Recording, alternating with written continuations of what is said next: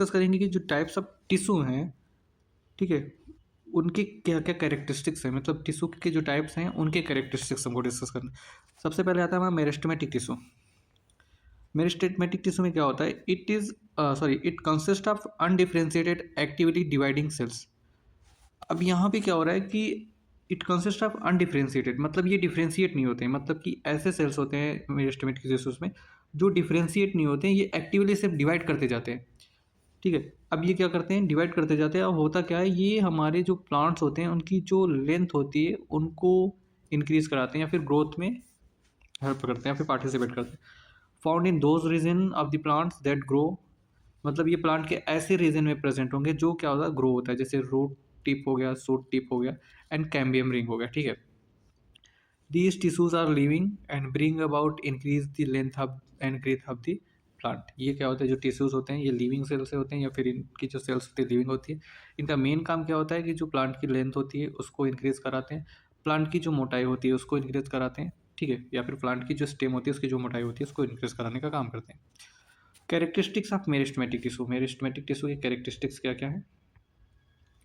तो सबसे पहले जो मेन कैरेक्टरिस्टिक्स है मेरे मेरिस्टेमेटिक टिश्यू के, इनके जो सेल्स होते हैं वो एक्टिवली डिवाइड करते हैं, मीन्स की कंटिन्यूस डिवाइड करते हैं, इनकी डिवीजन रुकती नहीं है। ठीक है, ये आता है हमारा पहला, the cells are in active stage of the division. Second आता है each meristematic cells contain dense and abundant cytoplasm in and a single large nucleus. अब जो हमारा मेरिस्टेमेटिक टिश्यूज होते हैं या फिर मेरिस्टेमेटिक सेल्स होते हैं उनके अंदर डेंस साइटोप्लाज्म होता है या फिर बोल सकते हैं abundant cytoplasm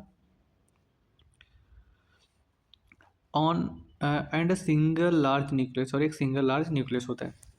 the meristematic cells are compactly arrange. अब जो मेरिस्टेमेटिक सेल्स होते हैं कॉम्पैक्टली अरेंज होते हैं, मीन्स कि इनके बीच में कोई इंट्रासेलुलर स्पेस नहीं पाया जाता है, without any intracellular space between them. Cells will cell wall is made up of thin cellular layer. अब यहाँ पे क्या हुआ है, जो हमारा सेल वॉल है वो थिन सेलुलर लेयर से बना होता है। सेल में भी स्फेरिकल, जो सेल की शेप होगी स्फेरिकल होगी, ओवल होगी, पॉलीगोनल होगी या फिर रेक्टेंगुलर होगी। सेल में मे नॉट कंटेन वैक्यूल्स।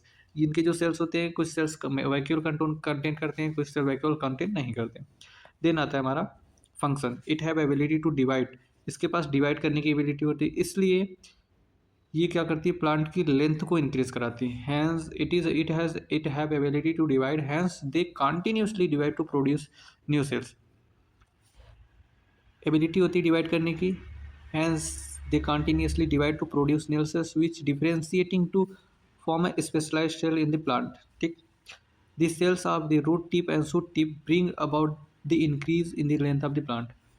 अब जो रूट टिप के सेल्स होते हैं और जो शूट टिप के सेल्स होते हैं वो क्या करते हैं? वो प्लांट की लेंथ को इंक्रीज करने के लिए रिस्पॉन्सिबल होते हैं या फिर इंक्रीज करने के लिए होते हैं।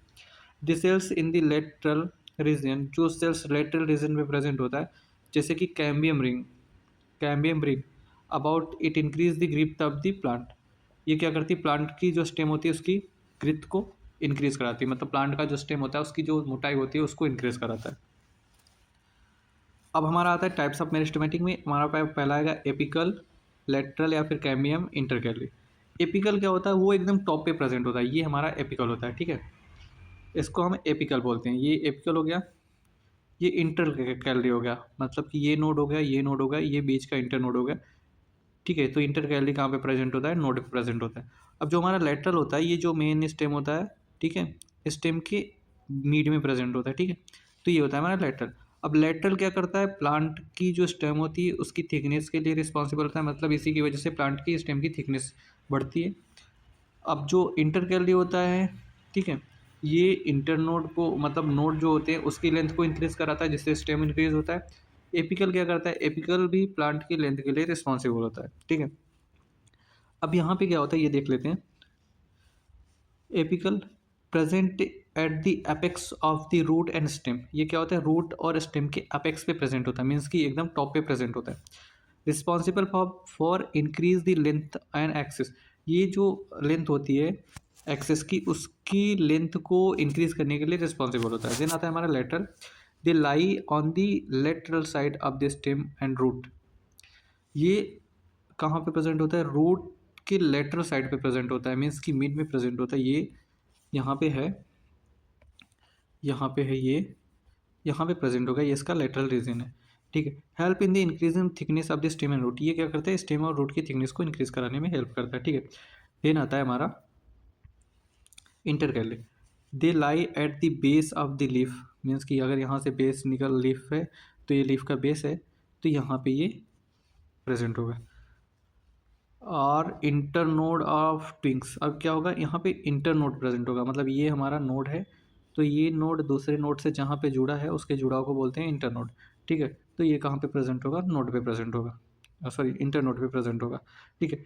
Help in longitudinal growth of the plants, responsible for the increase the length of the internode, अभी मैं बताया कि जो इंटरनोड की लेंथ है इसको भी इंक्रीज करने के लिए ये रिस्पॉन्सिबल होता है। देन क्या करता है, इसकी लॉन्गिट्यूडनल ग्रोथ के लिए भी रिस्पॉन्सिबल होता है। ये हमारा आता है मेरिस्टेमेटिक टिश्यू में।